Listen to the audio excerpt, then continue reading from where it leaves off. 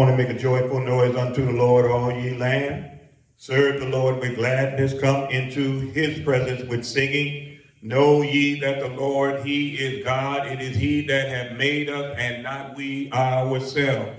We are his people and the sheep of his pasture.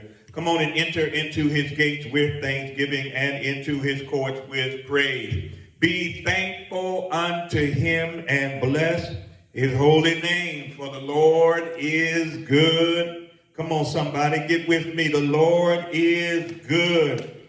His mercy is everlasting, and his truth endures through all generations. People of God, come on, right where you are. Give God some real, true, and genuine praise in here today. My God, this is the day that the Lord has made, and we will rejoice and we will be glad in it. Once again, thank you for tuning in. Thank you for worshiping with us virtually. I do need to say that some of you had to switch from the Facebook to the YouTube.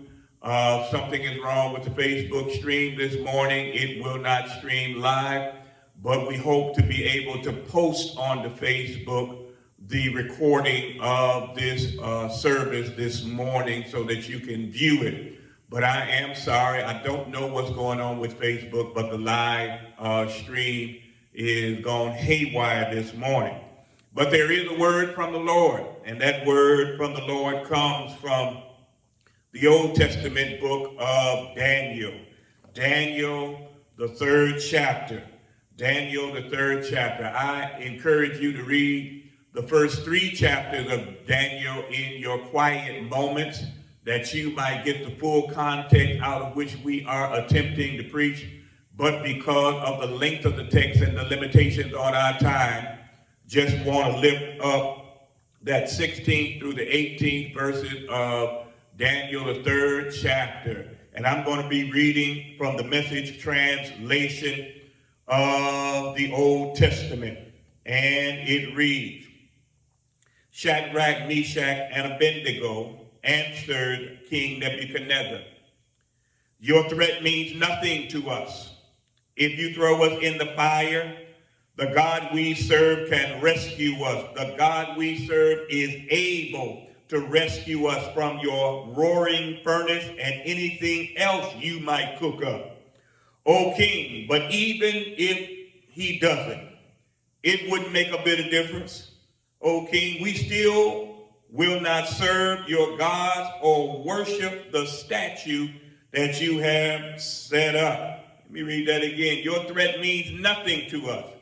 If you throw us in the fire, the God we serve is able to rescue us from the roaring furnace and anything else you might cook up, O king. But even if he doesn't, it wouldn't make a bit of difference, O king. We still will not serve your God or worship the statue that you have set up. For the time that is mine, I want to lift up the subject, a testimony of faith. Join me in a word of prayer. Eternal God, please let the words of my mouth and the meditation of my heart be found acceptable in thy sight.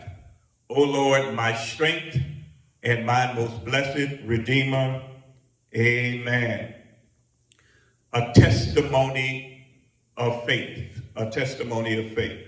Last week, we ended the message talking about the tremendous importance of testimonies and about those testimonies giving praise to the power and presence of God in our lives. Those testimonies I shared bless us so greatly. I want to reiterate and remind you that I so cherish the testimonies of people whose backs were against the wall, but who were able to faith their way through their rough reality. I am always on the hunt for the passionate and penetrating testimonies of faith from people who, as the African apostle Paul says, were hard-pressed on every side, but because of God's grace and mercy, they were not destroyed.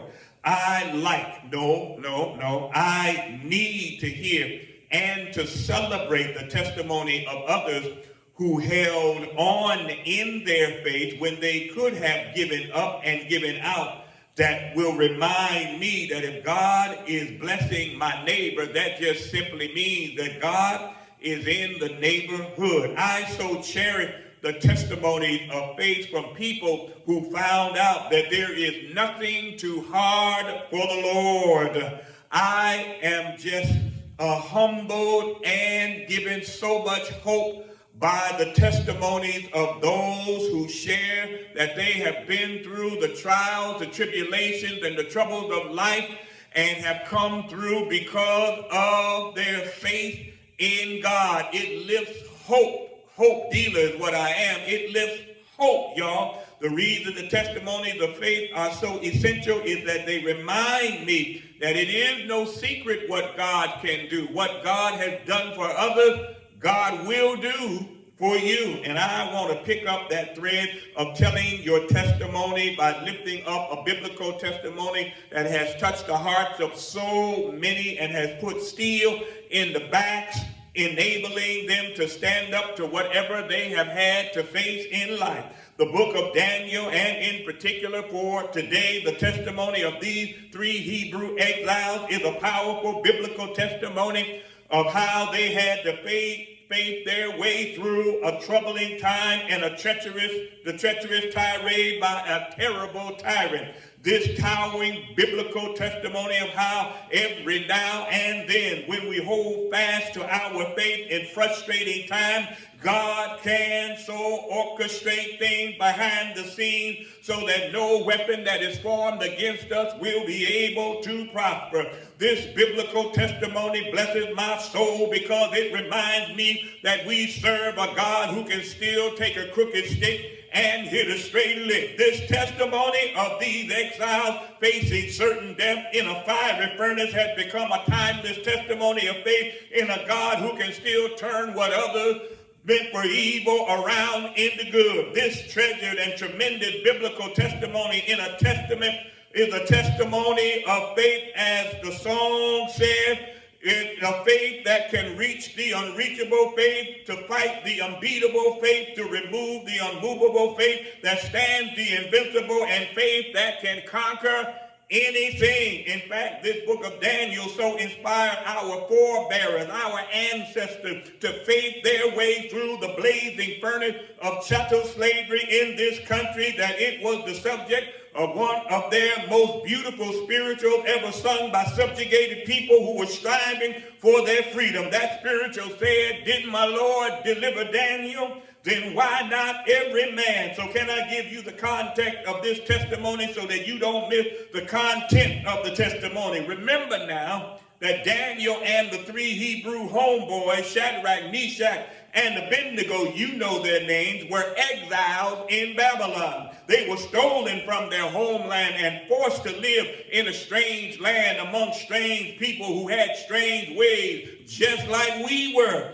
In fact, their captors, as many oppressors like to do, changed their names to give them Babylonian names instead of their Hebrew name. Does any of this sound familiar to anybody? Daniel's name in Hebrew meant God is my judge, but his name was changed to the Babylonian name Belteshazzar. Hananiah's name meant in Hebrew the Lord shows grace, but his name was changed to the Babylonian name Shadrach.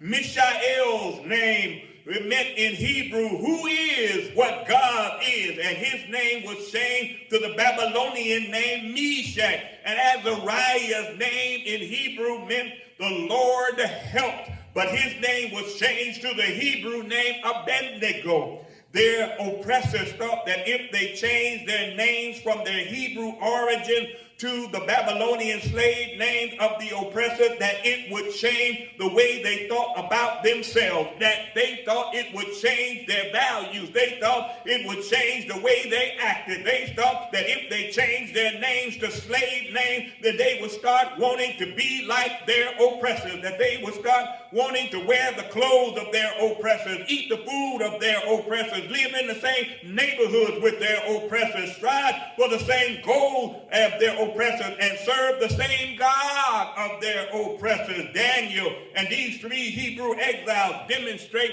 a principle that my pastor, Dr. Jeremiah A. Wright Jr., taught us for over 36 years, and that is you don't change who you are because of where you are or who you are around. A lot of things can change and maybe should change about you and your life, but two things should never change no matter where you are and no matter who you are around. Those two things are, first, who you are, and secondly, whose you are. You are a descendant of African people who have done so much with so little that we are now qualified to do the impossible with nothing. We are a people who brought the world civilization. You are descendants of people who gave the world all of the great disciplines and who circumnavigated the world by sea 700 years before Jesus and 500 years before Solomon.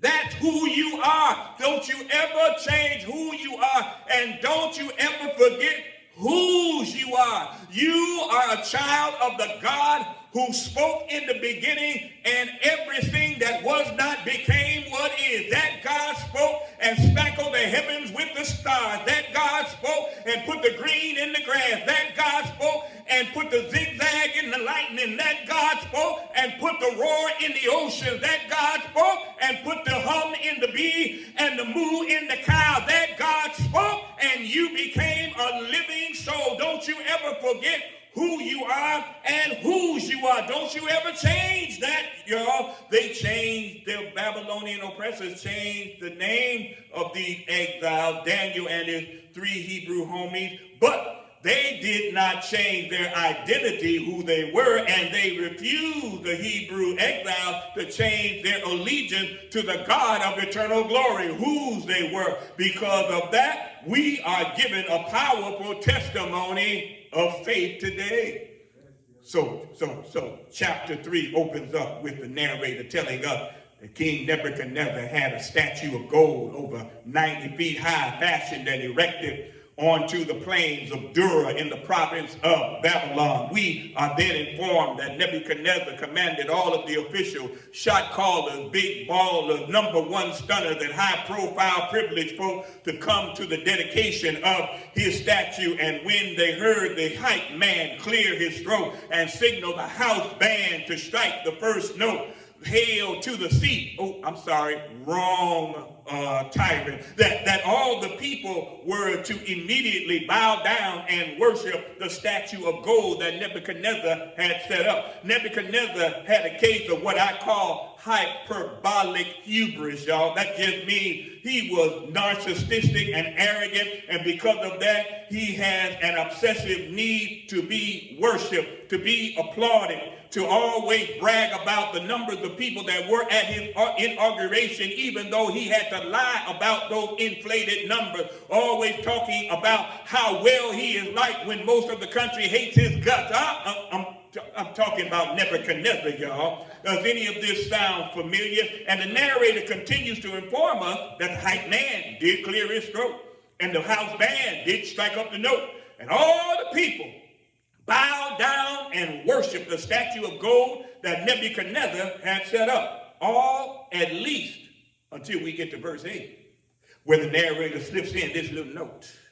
There were some astrologers, there were some wise men, there were some Chaldeans or fortune tellers, as King James calls them, who stepped forward to the king and informed the king that there were some Jews, not all the Jews, there were some Jews, specifically 3 of them, by the name of Shadrach, Meshach, and Abednego, who did not bow and did not worship the statue of gold. These astrologers, these wise men, these Chaldeans, these fortune tellers are what I call habitual haters.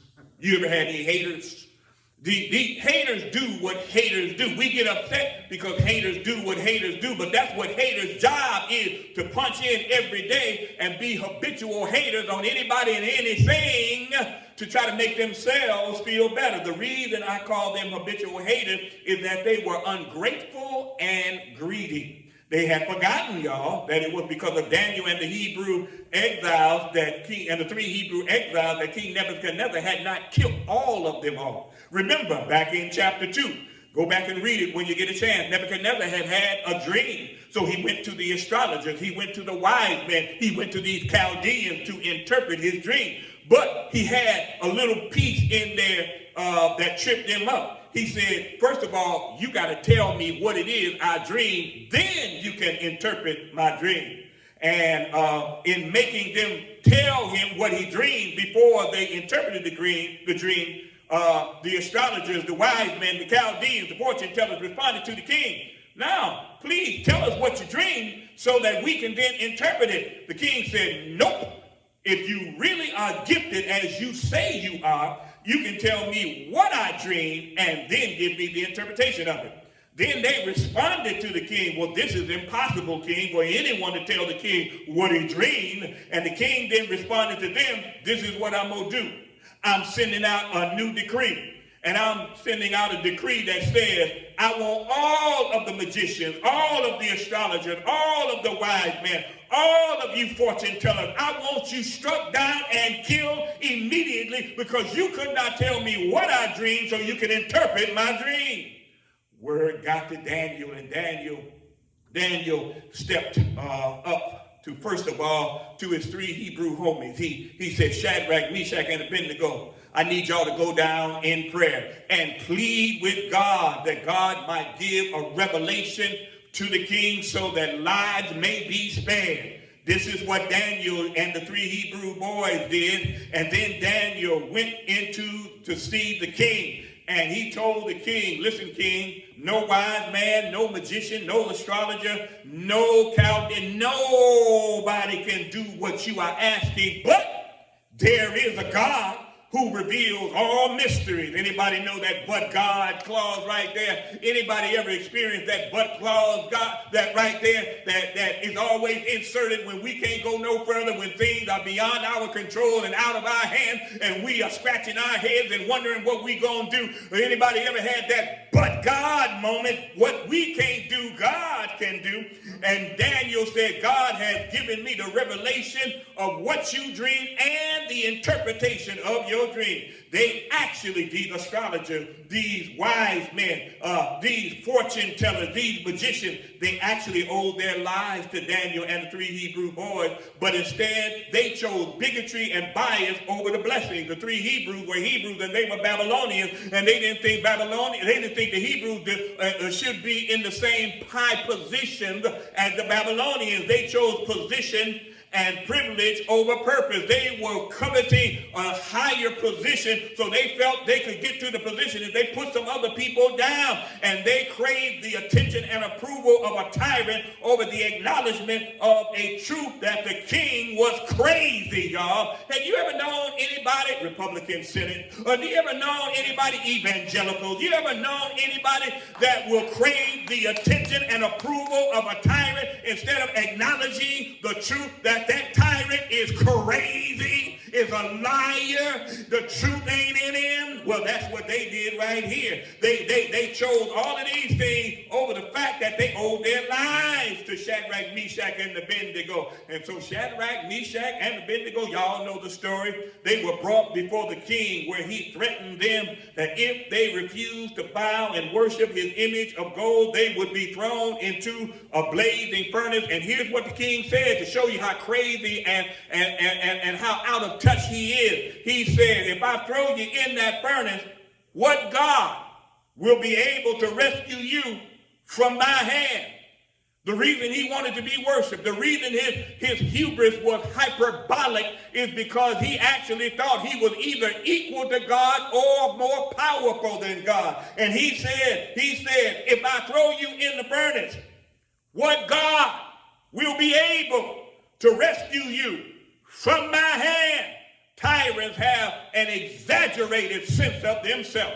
They think they can just do anything without obeying the Constitution or the laws of a country that govern how they are supposed to behave. They think that they are above the law and they can go around the law because they actually think that they are God. Some of them say, I done more for black folk than even Abraham Lincoln. Some of them say, I done more for people in this country. In fact, I done more than Jesus done. Some of them say stuff like that, y'all. Any of this sound familiar? Look at the stage that is set for this tremendous testimony, y'all.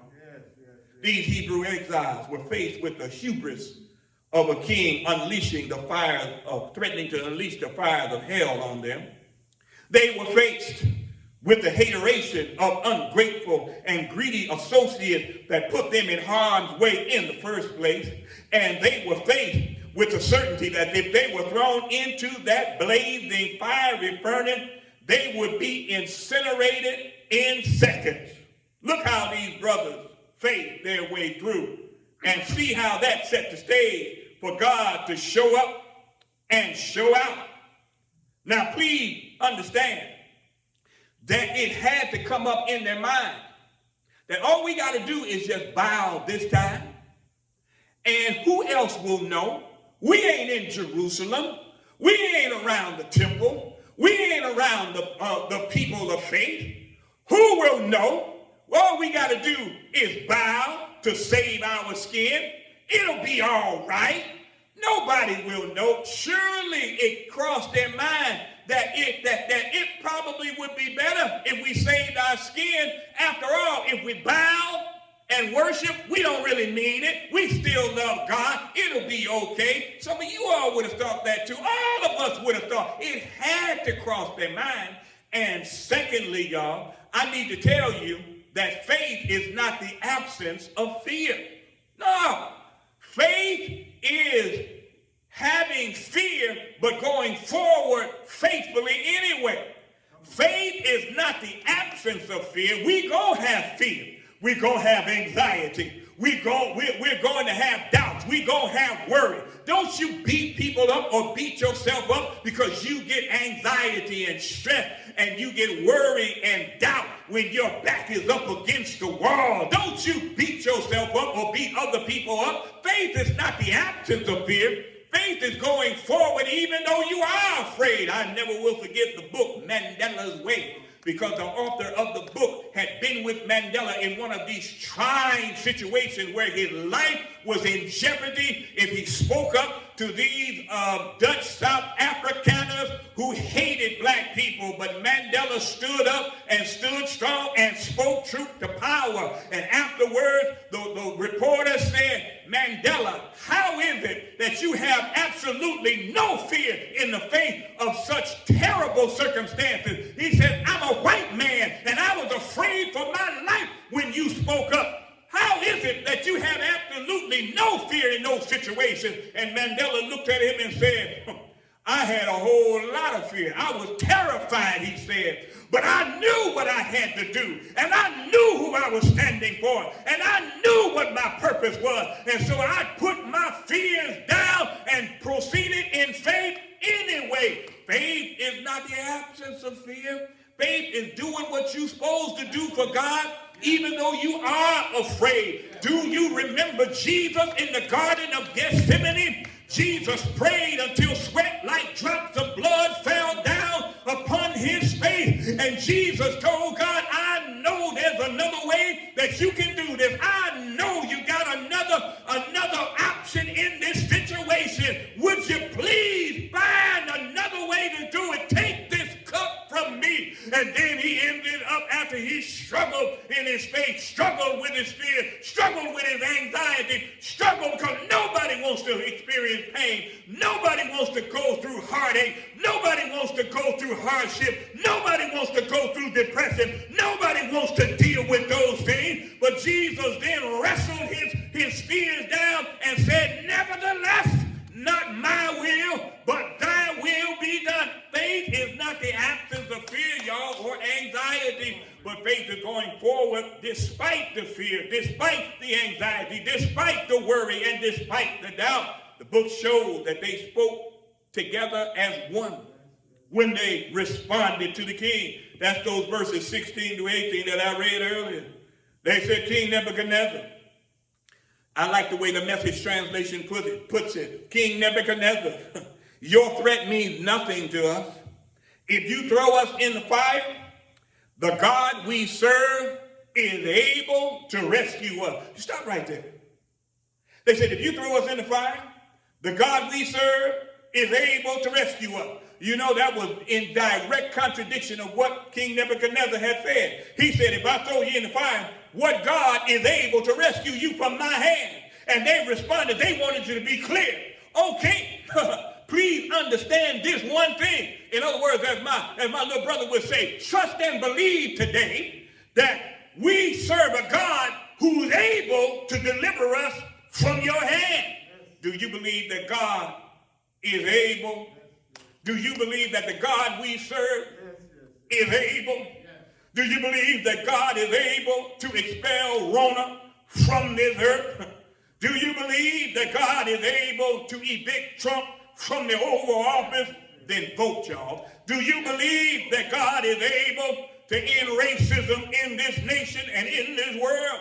Do you believe that God is able to do what others believe is impossible? Do you believe that all things are possible with God and nothing is impossible? Let me testify that I know that God is able. God was able to get me through 34 treatments of radiation while Rona was roaring and wreaking havoc all over this nation at its height in March and April. God was able to get me in the car at 5:30 in the morning every morning to drive to the University of Chicago and receive my treatment. God was able to keep me while Rona was ravaging and the president sat twiddling his thumbs and people were dying and getting infected. But God was able to get me through my treatments and get me out of that thing. I know God is able, and I know I'm not the only one that know that we serve a God who is able. That's why the Bible says, now unto him who is able. In other words, when you done all that you can do, when you come to the end of your rope, all you do then is say, now unto him who is able. He's able to lift up a bowed down head. He's able to pick you up and turn you around, put your feet on solid ground. He's able, y'all. Anybody beside me know that the God we serve is able to do exceeding and abundantly more than we could ever ask or think. You got to know, first of all, that God is able. They told the king, our God is able to rescue us from that blazing furnace and from your hand. But even if he don't, stop right there. They say this is too good. I've been waiting all this time to get right here, y'all. That's why I gave you all of this background, because a testimony of faith has got to talk about the test. And I had to give you the test so you would understand the true depth of the testimony, y'all. That's what is important about a testimony. You got to tell the test that you've been through. You got to tell the trials that you've been through. You got to tell the trouble that you face. And then you can talk about how God got you through it. They said, our God is able to deliver us from your hand and from that furnace. But even if he don't, oh my God, this right here is a true testimony of faith in God. Is your faith so shallow and superficial that if God don't get you out of everything you pray about, then you are going to lose your faith in God? Do you only give God glory for God to give you gifts? Do you only bless the Lord, oh my soul, so that God can bless you with benefits? Do you only claim God so that God can be your cash register? Let me tell you, beloved, God has already done enough to be worthy of our worship and worthy of our praise. In fact, God is so good that God deserves our dedication and glory just because he is God. Where is Annette Smith when I need her? When I come into his presence and humble myself, lift up both my hands, I began to worship him. I worship him. Why? For all he's done for me, redeemed and set me free. And just because he and he alone is God. He is worthy to be worshiped and worthy to be praised, whether he does something for you or not, because he is God. He woke you up this morning, and that is worthy enough to give him all glory and all praise. It don't matter what you want and what you desire and what you seek.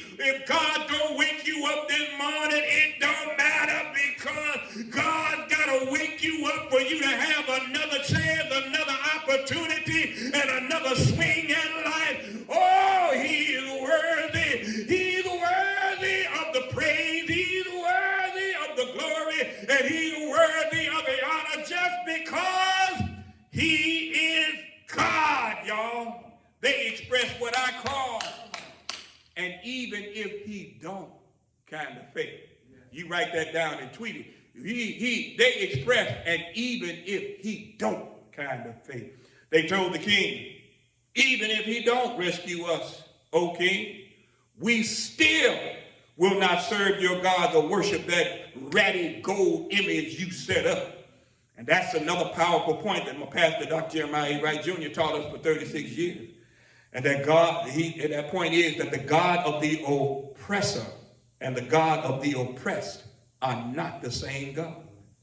The God of 45 in the White House, the God of his administration, the God of the Republican-led Senate, the God of the evangelical right, the God of all of those who are trying to oppress us, the God of the cop who killed George Floyd, the God of the cops who murdered Breonna Taylor. They are not the same God as the God of the oppressed, the God of Breonna Taylor. They are not the same God as the God of our oppressors, the God of Maxine Waters, the God of Barbara Lee, the God of the sisters in the squad, the God of John Lewis, Reverend C.T. Vivian, Martin King, Richard Gordon Hatchett, the God of Harold Washington, the God of Ella Baker, who Joe Biden quoted in his speech, the God of Fannie Lou Hamer, the God of Barbara Jordan, the God of Shirley Chisholm, the God of the protesters in Black Lives Matter movement, the God of Kamala Harris, the God of Michelle Obama, the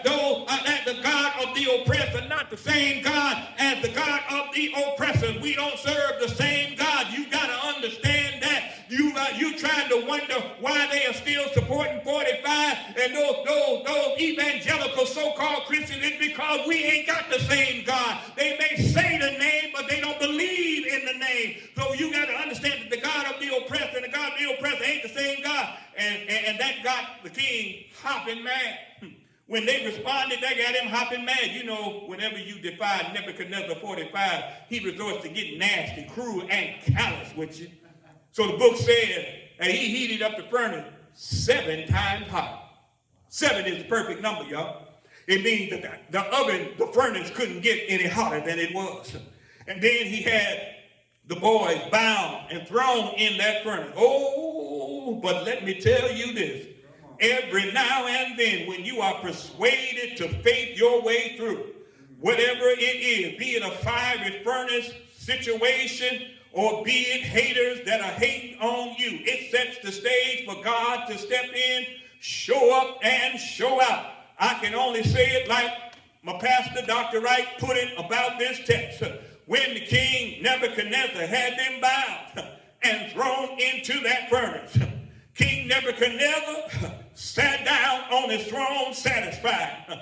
But the King of Kings, the Lord of Lords, the God of eternal glory and the Ancient of Days, he stood up from his throne dissatisfied in heaven, and God called an emergency meeting of his top angels. Y'all done heard this before. He first asked Gabriel, how long can you get down there and rescue my boys from that fiery furnace? And Gabriel responded, God, I can get down there in just under 5 minutes.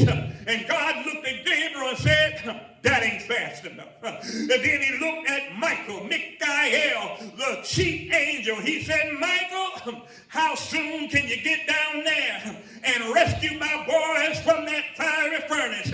Michael flexed his wings and looked at God and said, God, I'm ready, and I can get down there in just under 3 minutes.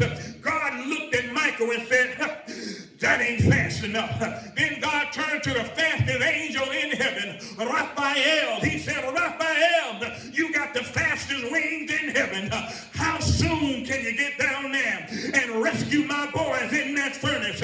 Raphael said, God, I can get down there in just under 1 minute. What do you think about that? And God looked at Raphael and said, that ain't fast enough. Then Raphael and Gabriel and Michael, they looked at one another and scratched their head. And then they looked at God and said, God, if just under 5 minutes ain't fast enough, and if just under 3 minutes ain't fast enough, and if just under 1 minute ain't fast enough, well, God, how soon can you get down there? And God looked back at him and said, I'm already there. King Nebuchadnezzar looked in again and said, didn't I throw in 3? I thought I threw in 3, but I'm looking now and I see 4, and they walking around without no chains on them. And that 4th one looks like the Son of God. Whoa! Can you tell me how good my God is? Look what God did. He said, I threw in 3, but I see 4, and that 4th one looks like the Son of God. Look what God did when they came out of that furnace. God, first of all, protected them. It text said no burn was on them at all. Their hair was not even singed. God protected them. Second of all, God preserved them. They didn't even have, the book says, the smell of smoke on them. In other words, somebody got a testimony like these Hebrew boys. You don't look like what you've been through. Woo, my God. God protected them. God preserved them. But look at what happened to King Nebuchadnezzar. God persuaded the king. Nebuchadnezzar then made a new decree, and the decree said nobody is ever to utter any word against the God of Shadrach, Meshach, and Abednego, or they will have their limbs torn to pieces, because no God can deliver like their God. Look at what your testimony can do. Your testimony of faith in some frustrating time. It can even persuade the stubborn, the stuck in their ways, and the stuck on stupid. It can persuade your testimony. Stop trying to convince people and just tell them what the Lord has done for you. It will probably, it just might persuade somebody. Ooh, but there's more. The book says that the king then promoted them. God protected them. God preserved them. God persuaded the king. And then God promoted them. It said after he issued the decree, he said, I'm promoting you. In other words, their haters thought they had dispensed with them. The haters thought they had demoted them because they told on them. But their haters, y'all done heard this before, their haters became their elevators to a higher position because of their testimony of faith. All I'm trying to say today is hold on to your faith. Hold on to what you believe about your God. If you believe that God is able to do anything but fail, if you believe that you serve a God who has promised never to leave you or forsake you, if you believe the devil has in all of hell. Hold on to your faith, because faith is the substance of things hoped for and the evidence of things not seen. We are going through a time of uncertainty, a time of doubt and fear and anxiety. But hold on to a God that tells you walk by faith and not by sight. Walk by the faith in a God who loves you so much that God mortgaged 2 worlds on your behalf. Walk in faith even with your fear and watch what God can do. We can get through this time, but we got to faith our way through and let our testimony tell some others about our faith that can move the unmovable, a faith that can beat the unbeatable, a faith that can conquer anything. We are more than conquerors through Jesus Christ who loves us. Faith, I'm telling you, faith your way through, faith your way through, faith your way through. And watch what God and only God will do. Come on and join me in the word of prayer.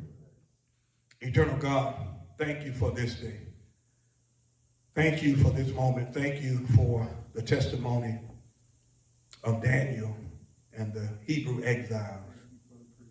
Thank you for this testimony of faith, for putting steel in our back, giving us hope, even in our hard and difficult time. Now, God, bless somebody to have the steel of the Spirit in their back.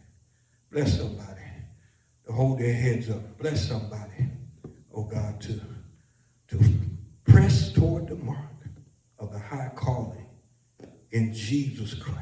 Bless somebody, Lord, in the name of Jesus Christ, to hold on to their faith and share that testimony to somebody else. And we'll be so careful to give you the praise, honor, and glory. In Jesus' name, amen.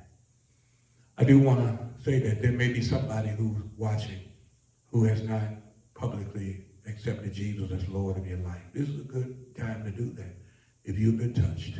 And all you need to do is repeat these words after me. And so repeat after me. I believe that Jesus is Lord. And I believe that God raised him from the dead with all power in his hands and that he is alive right now. If you repeated those words, you saved. Now I just encourage you to find a church. Yes, a Bible-believing church, but a church that believes in both arms of the cross. The vertical arms reach up to heaven to give us Holy Ghost power so that we can do the work of Jesus Christ on the horizontal in the communities that we are in. And so search for a church like that. I'd love to be your pastor. We'd love to have you a part of our community of faith. If you would like to join, if you have any question, just call area code 219-944-0500. 219-944-0500.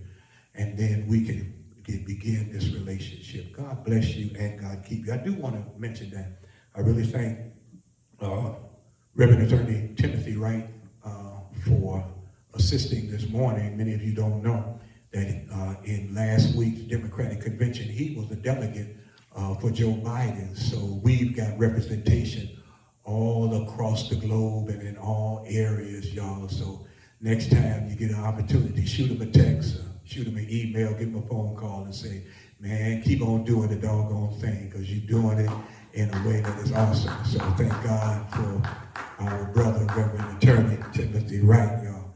And with that, we're going to close with the benediction. The Lord bless you and keep you. Cause his face to shine upon you and be gracious unto you. The Lord lift up the light of his countenance upon each and every one of you and give you his most perfect peace, both now and forevermore. Amen.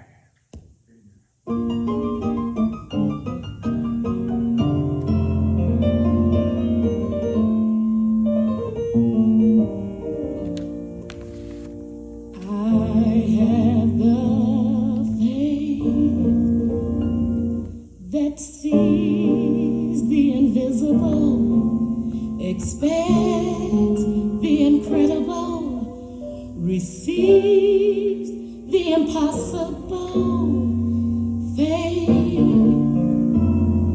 that can conquer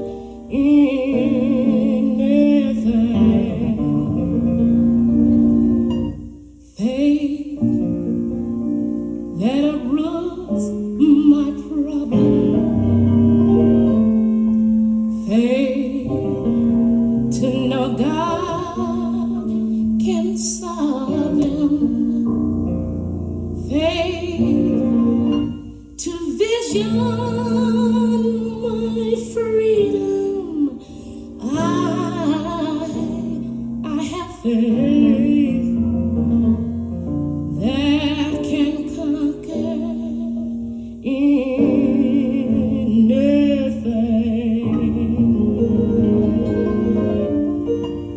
Faith to reach the unreachable. Faith to fight the unbeatable.